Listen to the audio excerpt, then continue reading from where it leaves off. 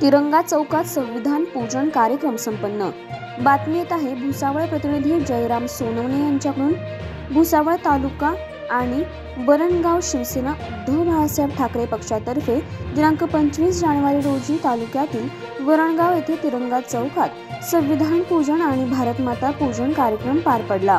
यावेळी भुसावळ शिवसेना तालुका प्रमुख निलेश महाजन यांच्या उपस्थितीत विधानसभा क्षेत्र प्रमुख उल्हास भारसके, शहर प्रमुख सुनील भोई, योगेश बागुल, आबा सोनार, कालू शर्मा, चंदू शर्मा, उपतालुका प्रमुख सुभाष चौधरी, किशोर कोळी, भूरा हटकर, रामा शेट्टे इत्यादी शिवसैनिक उपस्थित होते।